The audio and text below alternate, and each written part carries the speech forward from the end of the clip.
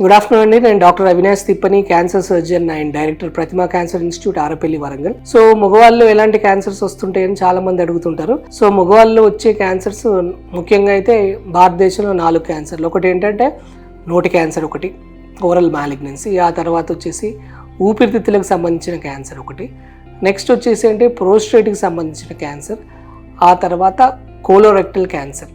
So ఈ 4 క్యాన్సర్స్కి ఎలాంటి టెస్టులు చేయించుకోవాలని అడుగుతుంటారు. సో మోస్ట్ కామన్గా మేము చూసేది ఏంటంటే 60 దాటిన వాళ్ళు ప్రోస్టేట్ క్యాన్సర్ రెగ్యులర్గా చూస్తూనే ఉంటాం. ఈ ప్రోస్టేట్ క్యాన్సర్కి సంబంధించి పిఎస్సి అనే ఒక బ్లడ్ టెస్ట్ చేయించుకుంటే ప్రోస్టేట్ క్యాన్సర్ ఉందా లేదా అనేది తెలుస్తుంది.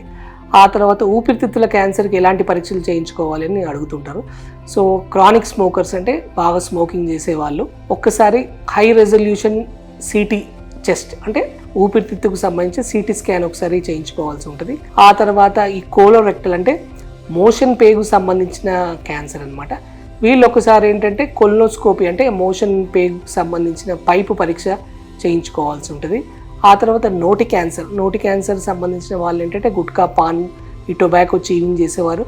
నోట్లో ఏమైనా పుండ్లు కానీ, ఆ తర్వాత బ్లీడింగ్ అవ్వడం కానీ, మింగడం కష్టం కానీ, గొంతు మార్పు ఉంటే ఒకసారి దగ్గరలో ఈఎన్టీ కానీ, జనరల్ సర్జరీ కానీ డాక్టర్కి ఎవరికైనా చూపించుకొని నోట్లో ఏదన్నా ఈ పుండు ఉంటే అక్కడ నుండి ఒక పీస్ తీయించేసుకుంటే క్యాన్సరా కాదా అని మనం నిర్ధారణ చేయవచ్చు.